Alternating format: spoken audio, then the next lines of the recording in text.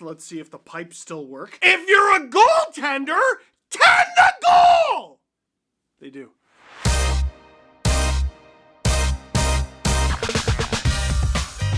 Oh, hello! Hi, friend, Steve Dangle here, and welcome to the best day of the week. It's Thursday, time for another edition of Steve's Dang It's presented by Advil. Last week there was no episode of Steve's Dang It's because I'm sick, but this week I'm able to do it because of Advil.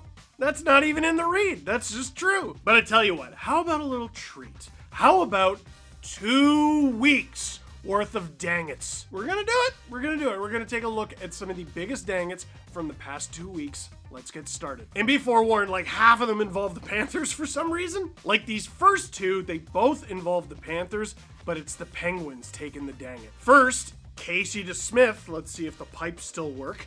If you're a goaltender, tend the goal! They do. And Potash will be speaking with Chris Letang coming up in the first intermission. Looking forward to that. And emotional, not just for Letang, but for the entire team. Skipping puck for Hage's going to get there first. Tips it in! Oh, Casey DeSmith gambled and lost. And it's Carter Verhaeghe who's able to poke it right through the Penguin goaltender. We are tied up at 3 in a wild first period. Offense all the time. There's the bouncing puck. Casey waited a second. You could see how Casey DeSmith waited a second. Then when he played that puck, he tried to play it on the back side of his blade, and that really exposed the whole net. If he comes across with his body on the ice. Dude, these plays are so hard, and I know you got to make a split-second decision there, and you're calculating everything, but I always say you have a much better chance of preventing a goal if you just face the shot. Just face the shot. I think they have a name for that. Casey. That's a dang it. Now, I don't know if you noticed the score, but it was 3-3 at the end of 1. From this same game, 2 minutes or so remaining to tie it at 6. This one is just the entire Penguins team falls asleep. Keep an eye on Alex Lyon. Try a lateral pass. It's off of Malkin. We got a chance for Verhaeghe. Dangling agent. He took it off. He did. He scores. Carter Verhaeghe with his second goal of the game. Couldn't believe this, that the puck came to him. The Penguins were playing around with it. They went back when other players were going forward, and Verhaeghe almost went too far behind the net. There's Raquel. He goes back with it. Verhaeghe gets just enough of that. Much like the O'Connor goal, very fortunate that that puck came right there. That's a pretty handsy play. A nice play by Verhaeghe. I believe we call that a breakdown in communication. You hear the air actually being let out of the building every time the Panthers scored in this game. You couldn't believe it if I told you the Penguins actually won that game 7-6 in overtime. Talk about getting your money's worth. But those 2 goals by the Panthers gave them 1 point in the standings in Pittsburgh. Feels like it didn't need to be that difficult. That's a dang it. For our next dang it, you guessed it, it features the Florida Panthers. But this time, they're on the receiving end of the dang it, scoring on their own net. Face-off win, VC shot is blocked. Coming in is Goodrow, hit the side of the net, trying to bank it in. It goes in! Rangers score! Jimmy Vesey, I believe. A hard-working goal. Another face-off win by Trocheck. He ends up with it, gets a chance. That one goes wide. Then the deflection, and then Jimmy Vesey just dives right in there. Boy, you talk about attacking the net. These 3 players all get in. They're within about 10 feet of the net. Then Vesey comes up late. As that puck is there, Goodrow will throw it in front. There's Jimmy Vesey. Poor Aaron Ekblad. This play's a mess. He doesn't hit him hard, but he starts by cross-checking Mark Stahl over. But the puck was over there. He's helping him get to where it's like when they poke you so that you can help on a breakaway. Puck gets whacked into his own crease. He bats it into his own net. Aaron, I'm sorry. That's a dang it. For our next dang it, now I don't know how many of you have already seen this play, but without replay, without cheating, I want you to watch this once and tell me what happened. It's that time of year. Sergachev across into the middle. Stamkos, open net. They score!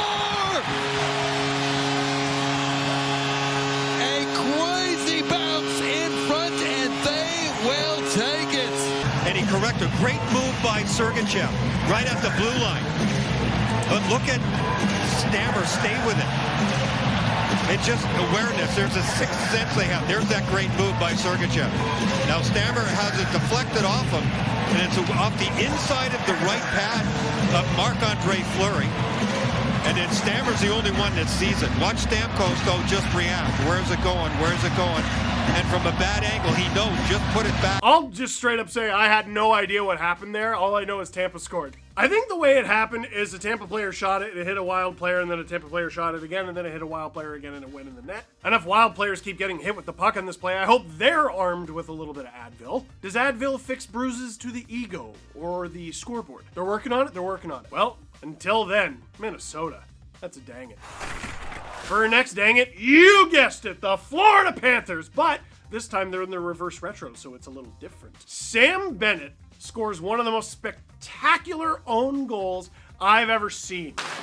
And Matthew Tkachuk will host here in South Florida over the week. Family and friends in town, other players in the league, of course. Oh my, it's off the Panthers and in the net. I don't believe it. It went off Sam Bennett's stick and right into the Panther net. It's 2-1 Boston. Centering pass. And all Sam Bennett was trying to do was just deflect it out of harm's way and right into the back of the Panthers net. Charlie Coyle, bad angle shot. Yeah, no chance for Lyon. Dude, that'd be hard enough to do on the other net. If he did that against the other team, he'd be in Steve's hat picks. He'd be leading the thing. No, I'd make you wait till the end. You know, sometimes you score in your own net, it's a little bit more subtle. Like, I don't know how many people saw the Ekblad one, but this one, every single person in attendance knew exactly what happened, including Sam, and you see his reaction right away. That's a dang it. Now, for our next dang it, we have the Carolina Hurricanes and the San Jose Sharks. The Sharks score an empty netter to go up 4-2 on the Hurricanes. Is that the dang it? I mean, the Hurricanes should probably beat the Sharks, but is that the dang it? It really turned in those big Reimer saves on Aho. Oh, now here's a chance for Aho as he gets in. He scores!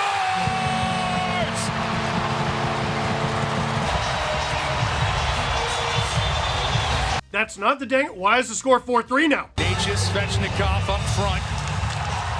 Back to Burns. He hammers it deflected off the end board. Svechnikov with it. 13 seconds left. On front. They score! Marty Natchez, the man of the moment again. Or getting close to that from Svechnikov. And did he ever have a lot of rise on this? Oh no, the Sharks had a 2-goal lead after scoring the empty netter, and they blew it? Well, surely they were able to salvage the win in overtime. All right, long shot there by Couture, handled by Ronta, and the Canes will come out with a puck. Svechnikov, he's got a step, and he's got Natchez with him. Svechnikov, Natchez, he does it again! Marty Natchez, 2 games in a row. Carolina wins it, 5-4. And you got the puck retrieval. Svechnikov is thinking, I'm getting it to Natchez, like he did on the tying goal the entire time, and a much tougher shot than on the tying goal. On his natural side, to elevate that puck before Reimer can get over. Holy cow! That is very rare that you see that. Sometimes you'll see a team score an insurance marker with the empty netter, and then the other guys get one back, and the empty netter ends up being the game winner. It is very rare you see the 2-goal lead after an empty netter erased. Hat pick for Carolina. Big dang it for the Sharks. For our next dang it, we go to the New Jersey Devils, specifically Erik Haula, who, for the second time this season, is featured in Steve's dang it's for kicking the puck into a net. Shot by Ben. Dellandrea hustling. Going wide on Graves, a big body. Holds up, feeds in front, and Karem's in! Ty Dellandrea. Of Jake Ottinger, and they swept it out of there. Dellandrea just leans in and throws the puck to the front of the net. I think it went off Haula, who was coming back and trying to help out. And he just boots it between his goaltender's legs. There was no real danger. Nobody shoved him in there. He just scored on his own goaltender. Yeah, see, that's allowed. If you don't know what I was talking about in the setup, Erik Haula was part of that Devils game against the Leafs where the Devils had 3 goals called back, and Haula famously was the 3rd goal that was called back because he kicked it into the Leafs nets. And you're not allowed to kick the puck into the net, except you are sometimes, just not if it's a distinct kicking motion. If it's only a kick, the rule's stupid. To steal a phrase from my old physics teacher, but, and there's always a but, some bigger than others, Erik Haula kicks it into his own net, which is fine. That's allowed.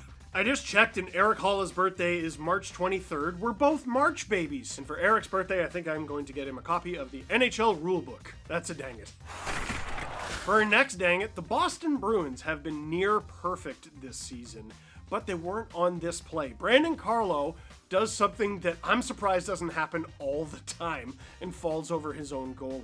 For Zach Bogosian, under 7 minutes to play in the 3rd.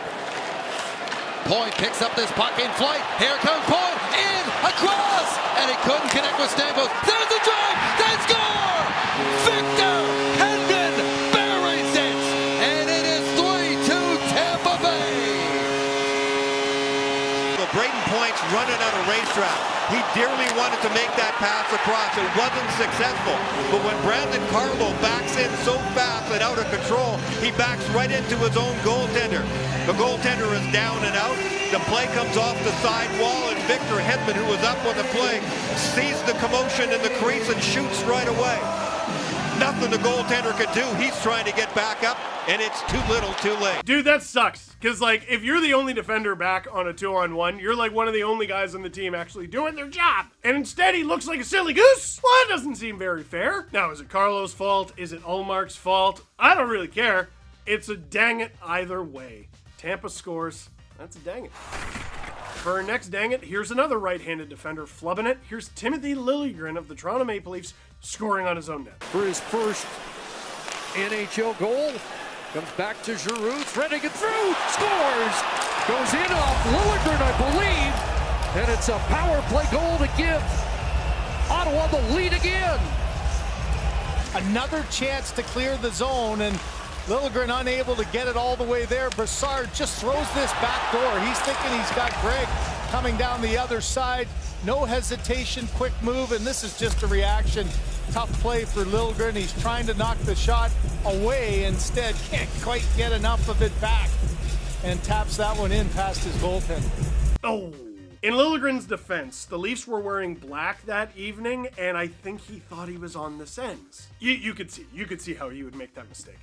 That's a dang it. For our next dang it, in a battle of Atlantic Division rivals, the bad, very bad, no fun night for the Montreal Canadiens gets even worse. Here's Justin Barron giving the Ottawa Senators a gift.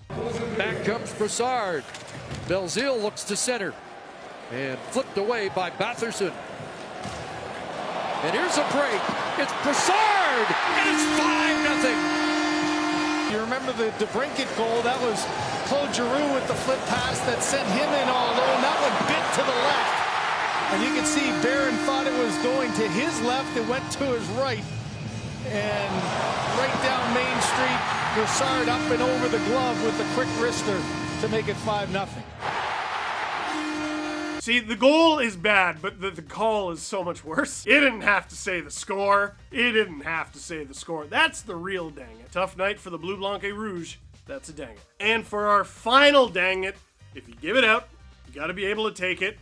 Brad Marchand chirping me on Twitter. If you know the story, you know the story. If you don't know the story, I don't know how to tell it quickly in a way that makes any sense. Here, I'm gonna do my best. We have to start from the beginning, and the beginning probably isn't where you think it is. There was a game between the Anaheim Ducks and the Arizona Coyotes. Brad Marchand doesn't play for either of those teams. I know it's already confusing. Trevor Zegras said something untoward to Troy Stecher of the Arizona Coyotes. We don't know what it is because neither team will say what it was, but we know that it was inappropriate and Troy Stecher was very upset. Craig Morgan, who covers the Arizona Coyotes, asked the Arizona Coyotes what was said, and they wouldn't say what was said. They just said it was disrespectful, and it didn't have to do with Troy Stecher's father, which was the initial accusation. For some reason, Brad Marchand, who doesn't play for either of those teams, responds to that tweet saying, "Shut your pie hole, Craig."